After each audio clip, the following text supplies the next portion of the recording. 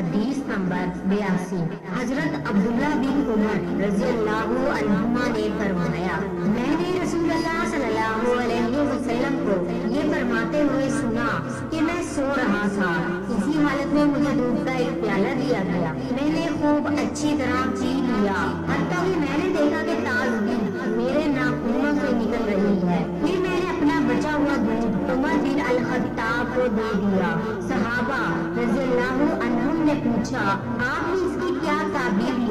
آپ صلی اللہ علیہ وسلم نے فرمایا، صحیح بخاری حدیث نمبر 83۔ حجۃ الوداع میں رسول اللہ صلی اللہ علیہ وسلم لوگوں کے مسائل دریافت کرنے کی وجہ سے مینا میں ٹھہر گئے تو ایک شخص آیا اور اس نے کہا کہ میں نے بے خبری میں ذبح کرنے سے پہلے سر منڈا لیا۔ آپ صلی اللہ علیہ وسلم نے فرمایا، اب ذبح کر لو اور کچھ حرج نہیں۔ پھر دوسرا آدمی آیا، اس نے کہا کہ میں نے بے خبری میں رمی کرنے سے پہلے قربانی کر لی۔ آپ صلی اللہ علیہ وسلم نے فرمایا، اب رمی کر لے اور پہلے کر دینے سے کچھ حرج نہیں۔ ابن عمر کہتے ہیں، اس دن آپ صلی اللہ علیہ وسلم سے جس چیز کا سوال ہوا جو کسی نے آگے اور پیچھے کر لی تھی تو آپ صلی اللہ علیہ وسلم نے یہی فرمایا کہ اب کر لے اور کچھ حرج نہیں۔ صحیح بخاری حدیث نمبر 84۔ حضرت ابن عباس رضی اللہ عنہما سے روایت کرتے ہیں